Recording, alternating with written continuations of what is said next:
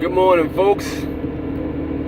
As usual, the subscribe button was talking shit. Mash them out. Let them know you ain't no punk. If you can hit the subscribe button with your knuckle, you're an excellent puncher and you have knockout accuracy. So, I'm headed to work this morning, basically. I haven't been on a couple days. I meant to do a show yesterday, man, but I honestly didn't have the time. I've been waking up kind of late.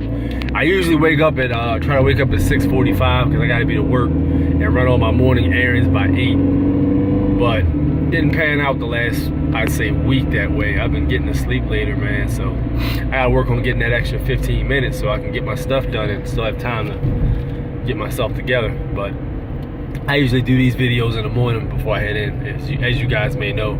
So the thing I wanted to talk about today, probably won't be a long video today. Man, this game, Detroit Become Human. Man, I heard so much about this game. My son was encouraging me to get this game for the longest time, and I kept putting it off. So I finally broke down Monday and said, you know what, let me go ahead and get this game and see what it's all about. Now, I'm a huge fan of the Heavy Rain series. The Heavy Rain series was freaking dope. Like, you just had so many different choices you can make. That was the first game I actually played that had over 50 different endings.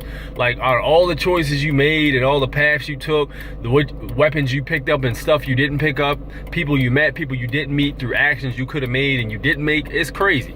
I mean, it's just like literally crazy amounts of variables as to how the story could have went.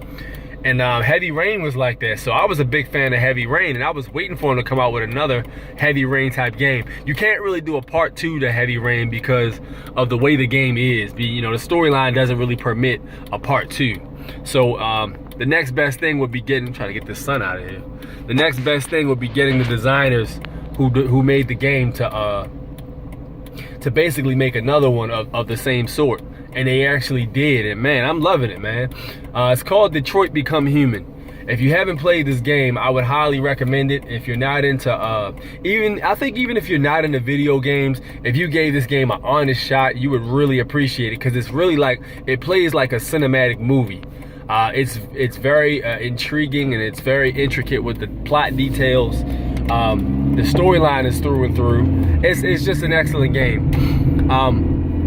It's about 3 antagonists. There's one, protagonist. There's one that's she's a maid. And I don't know if they changed from different people's stories. I'm pretty sure it's just 3 characters everybody starts off with. But she's actually a maid, and she's an android. So what she does is she cleans up this guy's house and she takes care of his daughter. But the guy his wife left him, apparently. I think he might have killed his wife. I never looked into it, but from my particular storyline. But yeah, the guy's basically abusive. He drinks a lot, and he uses this drug that they created on the game called Red Dragon or something like that. And it's basically like a crystal red substance that people inhale, and then they exhale the red smoke, and it makes them like real irritable, and it makes them like real physically dangerous. And I think it gives them superhuman strength and reactions too, which is some crazy shit. Like, yo, that shit reminds me of angel dust, man. Like, people mess with that angel dust and they become damn near invincible, like they picked up the Mario star. So yeah, that was interesting. So you have her, and they have a little girl that lives with them, and the little girl is basically being abused by the dad. She's getting smacked around. I think that might even have been hints at some molestation too. But yeah, the guy's a scumbag, man.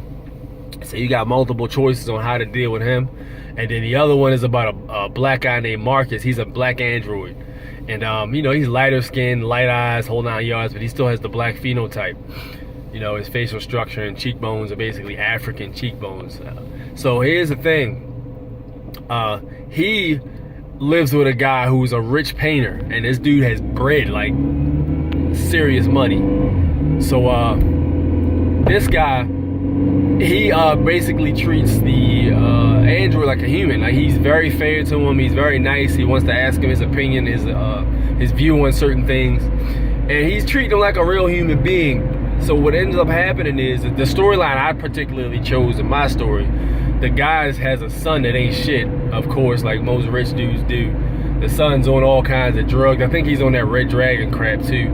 So he looks like he's strung out. And then you know, he comes and always asks for money from the dad because he don't have no job, he don't have no ambition. He's just basically a piece of garbage. So I'm not going to get into the storyline because I don't want you to miss too much of it. I don't want you to be revealed too much of it. There's certain things that you have to play for yourself if you decide to give it a try. And then the third one, the third story is about, let's see, we got which one I covered? Marcus. I covered the girl. And the third one's about the detective. There's a detective who's also an android, and whatever crime, like the murder or whatever you commit, if you do, you have to solve and trace that murder with that guy. And it's interesting because you'll have certain spots where you have to hide because police are coming, and then the next turn comes and you're in his shoes and you're the police investigating and looking for the person who just hid. So it's up to you whether or not you want to give her away. So it's so many different lanes and stories, man. But that guy has his own struggle because he's struggling to get respect amongst his peers who are police also, and police don't like androids because they're taking their jobs. That's the whole theme of Detroit Becomes Human. The androids taking over the humans and taking over the jobs.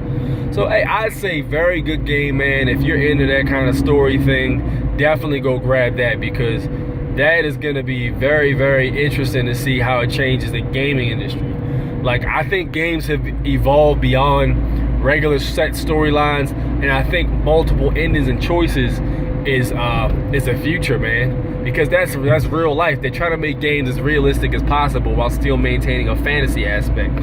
So what's basically happening is you have more and more realistic issues to choose from every day. Meanwhile, you might still have like fairies and all this other stuff, space stuff. And Mass Effect was actually, I can't remember if I played Heavy Rain first or Mass Effect first. It was one of the two, but they were very similar in the choices you could make. There was one general storyline, but whatever plan that you decided to save and didn't save, it provided different endings. So that, I think is, you know, it's just another example of how games are going to change and that you had different choices. And that's very interesting to see how that's going to turn out. So yeah, pick up the game Detroit Become Human if you ever get the chance and you're into video games, or if you're not into video games and you just want to give something an honest try, I think you'll be fascinated with it. So I'm gonna move on. I was training with a friend of mine Saturday night, a good friend of mine. I've known him for a long time, and he actually is a boxer. So I went over his house and we exchanged some knowledge about he tried to learn more about grappling. I tried to teach him as much as I could within that time frame and with limited resources. And he tried to teach me a little bit about boxing. So we were basically exchanging information. An interesting fact, like at the end, I wanted to see if I could catch a boxer with my grappling. Like, no striking on my end. He was able to strike me. I wasn't able to strike him, of course. But it basically was about trying to just tie him up and grab him so I can get to the position where I could take him to the ground and work my jiu-jitsu from there. So we went, I basically did 3 times because I had to get home and shit. It was late. But we did 3 different times. And I actually managed to catch, the first 2 times I caught him clean. With upper body, just basically grabbed him. 3rd time, he learned and he like pivoted because I tried to double leg him, but it didn't quite work the way I wanted it to. But I still was able to catch one of his legs in like a half guard type position. So that could have led to a sweep, an ankle lock, all kinds of fun techniques and submissions, like a knee bar, a heel hook, you know, straight ankle lock, all kinds of cool stuff. So yeah, I figured it was interesting that you know, to mash up with different martial arts and see which ones need work where. I mean, I have respect for all martial arts and pugilism, man, because really every martial art, and this is what my teacher told me, every martial art was good for what it was created for. Like, there's no one martial art that's universal for everything. You got MMA that's pretty popular now, and it's very effective against like assailants, you know, because it's got so many different techniques in it. But on the same token, you know, somebody might have a weapon, and if you have a weapon, you're not really trying to be fist fighting or tying up with that person. You know, you want to be able to disarm them, whatever, and that's where other martial arts come in, like disarming martial arts, which people have their opinions on whether or not those martial arts are effective. But I mean, that's up to one to interpret. I've never actually seen it implemented, but I can believe if it was created, it probably was created for a reason. A long time ago, before we had a lot of technology and all this other stuff, people had to have a way of dealing with people with weapons. So I'd say that I kind of feel like if it was created for that, it probably was effective at the time. So yeah, martial arts are very interesting. I always liked the intricate philosophies of different martial arts. So yeah, that was pretty much my weekend. I didn't do anything really else interesting this weekend anyway. This Saturday I have my good friend Thomas's funeral coming up. Shout out to everybody from Anchorage, Alaska too, man. He's sending a lot of love for Thomas, man. If you don't know, my guy Thomas, I was friends with for a long time, passed away last weekend. Actually, it was last Monday, not the one that just passed. So I mean, it's been pretty hard, man. But we found out the funeral. They got the body in Fawn Green. Interesting thing too. A friend of mine that I went to go hang out with to train with Saturday night, the boxer. He actually knew Thomas too. Thomas was a very popular guy, man. He's just very, very positive dude, man. So the world took a heavy L when Thomas passed. You don't get genuine people like that a lot from what I've met anyway. But he's a good guy, man. I just hope his family's at peace. I'll get a chance to talk to him Saturday. Get the closure I need so, we can all move on and just remember how great of a man he was, But let me get in here and punch this clock. I just pulled up. I had to do a show while I was on the road because I ran late. So like, comment, subscribe, of course. Let me know what you guys think about everything I said. And then, meanwhile, I'm going to go punch this clock. Peace.